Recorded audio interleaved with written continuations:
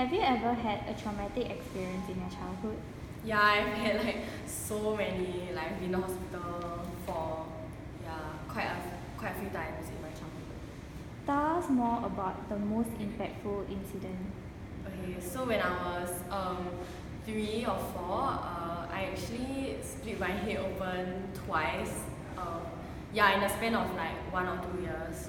So the first time was actually I was jumping on the bed and I jumped off and I landed on my head. So that was the first time.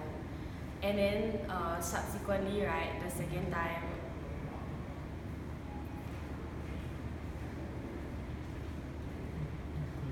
Okay, subsequently the second time, I actually brought a stray cat home and I had a bunk bed. So I climbed to the second story of the bunk bed and I was bringing the cat up the ladder by a blanket.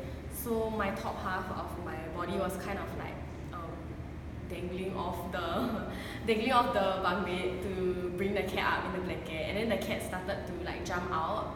So I actually like slipped off and landed on my head, and that time was quite the second time that I split my head open was quite a bad time because yeah, it was quite serious and it was really the second head injury in the same kind of spot on my head. Yeah, so actually like the doctors had to work quite hard, like surgery, like a minor surgery to like fix my head. And yeah, I was actually like mildly concussed. So like for the first few days, I actually like had like mild amnesia. Yeah, so I didn't really remember what happened during that time. Like the first few days after I had the surgery and stuff like that. Yeah. How did you feel when you realized that you had mild amnesia? Okay, so when I was having the mild amnesia, I didn't really realize. It was more like confused.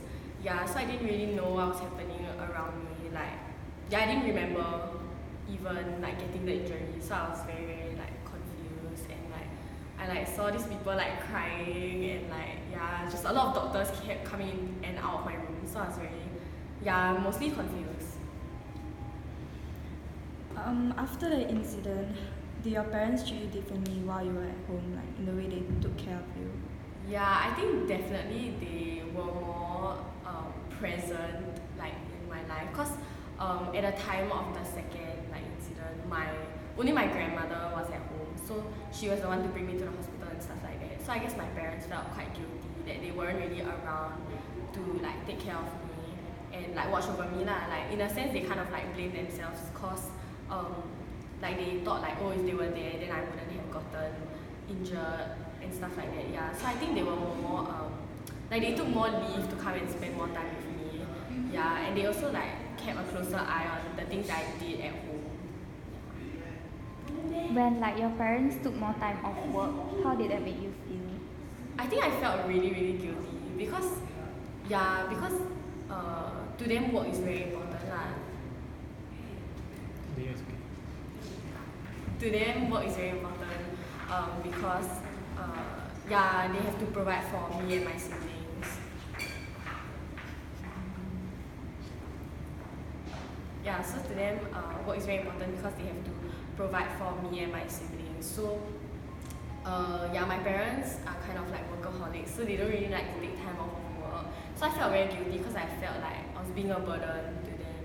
Yeah, but in the end they really like assured me that it's not cause I'm a burden, but it's cause they really want to like spend time with me. And even like before the incident, they were considering to like take some time off to spend time not only me but my siblings also. When you came back from the hospital, right, was it difficult for you to adjust because you just had an accident? Luckily for me, it wasn't like so serious that I couldn't adjust. But yeah, I think definitely like also being around 4 at a time, I guess I was a very like you know kids like they don't really pay attention much to what's going on around them. Yeah, so I think I was lucky that I was very young, so I didn't really have to make very major adjustments to the way that I was living. Were there any other incidents which occurred? Oh, I was actually, when I was 12, I was actually like hospitalized for salmonella, and it was very, very close to my PSLE. Yeah, I think like 2 months before. Yeah, and I stayed in the hospital for around 2 weeks. Yeah, and during this day, I literally couldn't eat anything, so I was on like a glucose drip for 14 days, which is quite long. How has that 2 weeks impacted you? I think it made me appreciate food more. Cause I couldn't eat physically. So yeah, it made me more grateful that I can eat now. And also more careful of what I eat. Cause it was something that I ate in the first place, which I still don't know, but I still don't know what it was. But yeah, it made me have salmonella. So yeah, now I'm more like careful. Did you lose a lot of weight after that hospitalization?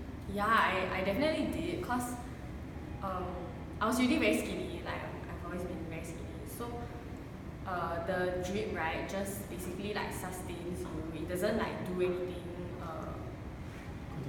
It doesn't really do anything else. Like just keeps you alive basically. Yeah. So I was very, very skinny, and like after I came out of the hospital, right, I could barely even eat like half a bowl of rice, cause my stomach like shrank. Yeah. Did that affect your self-image about yourself? I think like with like me being 12, like I think I didn't really care at that point in time. So I was just like happy to get out and like go back to school and like be with my friends and be able to eat normally again. Yeah. What did you learn through like your experiences? Or like all these traumatic. Yeah. Okay, I guess. Yeah, the main thing is like to be more careful. Cause when I have all these incidents, yeah, it's not like on purpose that I go and like make myself suffer or whatever. But like I realized like now as a 19-year-old, I realized that it's not only me that's like suffering through these like incidents. Like it's also my family, like my parents. Yeah, I realized that yeah, everyone's like super worried for me also. Yeah, so I should be more careful and be more like mindful of the things that I do, so that I don't you know make other people worry, or like yeah, make other people suffer because of